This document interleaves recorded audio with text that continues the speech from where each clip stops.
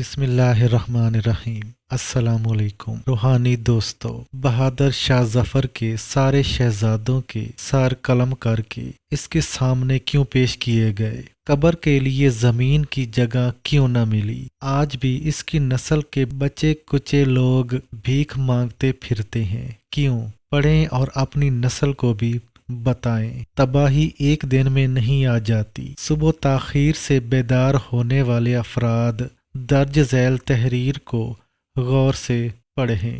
زمانہ 1850 کے لگ بھگ کا ہے، مقام دلی ہے، وقت صبح کے 3:30 بجے کا ہے۔ سول لائن میں بگل بج اٹھا ہے۔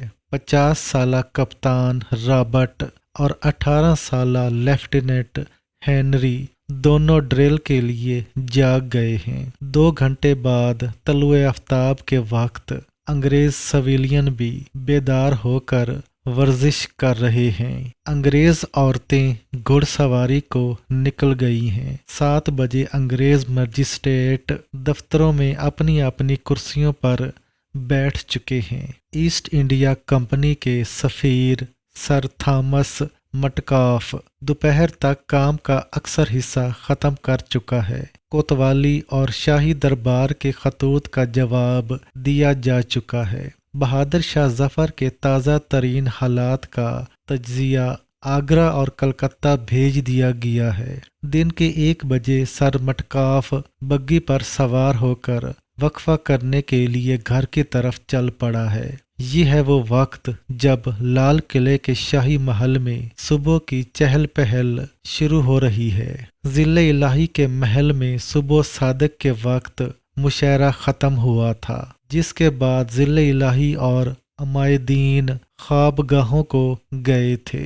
اس حقیقت کا دستاویزی ثبوت موجود ہے کہ لال قلعہ میں ناشتے کا وقت اور دلی کے برطانوی حصے میں دوپہر کے لنچ کا وقت ایک ہی تھا۔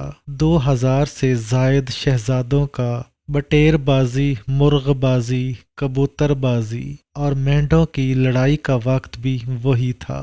اب 100 سال یا 150 سال پیچھے چلتے ہیں۔ برطانیہ سے نوجوان انگریز کلکتہ، ہگلی اور مدراس کے بندرگاہوں پر اترتے ہیں۔ برسات کا موسم ہے، مچھر ہیں اور پانی ہے۔ ملیریا سے اوسط 2 انگریز روزانہ مرتے ہیں، لیکن ایک شخص بھی اس مرگ آباد سے واپس نہیں جاتا۔ لارڈ کلائیو پیرول گھوڑے کی پیٹھ پر سوار رہتا ہے۔ اب 2020 میں آتے ہیں۔ 95% سے زیادہ امریکی رات کا کھانا 7 بجے تک کھا لیتے ہیں، 8 بجے تک بستر میں ہوتے ہیں اور صبح 5 بجے سے پہلے بیدار ہو جاتے ہیں۔ بڑے سے بڑا ڈاکٹر 6 بجے صبح ہسپتال میں موجود ہوتا ہے۔ پورے یورپ، امریکہ، جاپان، آسٹریلیا اور سنگاپور میں کوئی دفتر، کارخانہ، ادارہ، ہسپتال ایسا نہیں جہاں اگر ڈیوٹی کا وقت 9 بجے ہے تو لوگ 9:30 بجے آئیں۔ آج کل چین دنیا کی دوسری بڑی طاقت بن چکی ہے۔ پوری قوم صبح 6 سے 7 بجے ناشتہ اور دوپہر 11:30 بجے لنچ اور شام 7 بجے تک ڈنر کر چکی ہوتی ہے۔ اللہ کی سنت کسی کے لیے نہیں بدلتی، اس کا کوئی رشتہ دار نہیں، نہ اس نے کسی کو جنا نہ کسی نے اس کو جنا۔ جو محنت کرے گا تو وہ کامیاب ہوگا۔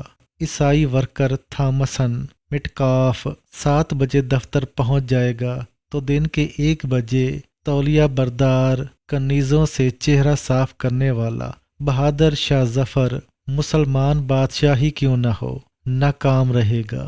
بدر میں فرشتے نصرت کے لیے اتارے گئے تھے، لیکن اس سے پہلے مسلمان پانی کے چشموں پر قبضہ کر چکے تھے، جو آسان کام نہیں تھا، اور خدا کے محبوب رات بھر یا تو پالیسی بناتے رہے یا سجدے میں پڑے رہے تھے۔ حیرت ہے ان حاتب الجلیل دانشوروں پر جو یہ کہہ کر قوم کو مزید افیون کھلا رہے ہیں کہ پاکستان 27ویں رمضان کو بنا تھا، کوئی اس کا بال بیکا نہیں کر سکتا۔ کیا سلطنت خدا داد پاکستان اللہ کی تھی یا کیا سلطنت خدا داد میسور اللہ کی نہیں تھی؟ جس ملک کے ووٹر ذہنی غلام ہوں، پیر غنڈے ہوں، مولوی منافق ہوں، ڈاکٹر بے ایمان ہوں، سیاستدان اور پولیس ڈاکو ہوں، کچہری بیٹھک ہو، ججز بے اعتبار ہوں، لکھاری خوش آمدی ہوں، اداکار بھانڈ ہوں، ٹی وی چینل پر مسخرے ہوں، تاجر بے ایمان اور سود خور ہوں، دکاندار چور ہوں، عوام بے کرام ہوں، اور جہاں 3 سال کی بچی سے 50 سال تک کی عورتوں کا ریپ عام ہو اور مجرموں کو سیاسی دباؤ میں آ کر چھوڑ دیا جائے۔ اسلام آباد مرکزی حکومت کے دفاتر ہیں یا صوبوں کے دفاتر یا نیم سرکاری ادارے، ہر جگہ لال قلعہ کی طرز زندگی کا دورہ ہے۔ کتنے وزیر، کتنے سیکٹری، کتنے انجینئر، کتنے ڈاکٹر، کتنے پولیس افسر، کتنے ڈی سی، کتنے کلرک 8 بجے ڈیوٹی پر موجود ہوتے ہیں۔ کیا اس قوم کو تباہ و برباد ہونے سے دنیا کی کوئی قوم بچا سکتی ہے، جس میں کسی کو تو اس لیے مسند پر نہیں بٹھایا جا سکتا کہ وہ دوپہر سے پہلے اٹھتا ہی نہیں، اور کوئی اس پر فخر کرتا ہے کہ وہ دوپہر کو اٹھتا ہے لیکن صبح تک ریموٹ کنٹرول کھلونوں سے دل بہلاتا ہے، جبکہ کچھ کو اس بات پر فخر ہے کہ وہ دوپہر کے 3 بجے اٹھتے ہیں۔ کیا اس معاشرے کی اخلاقی پستی کی کوئی حد باقی ہے؟ جو بھی کام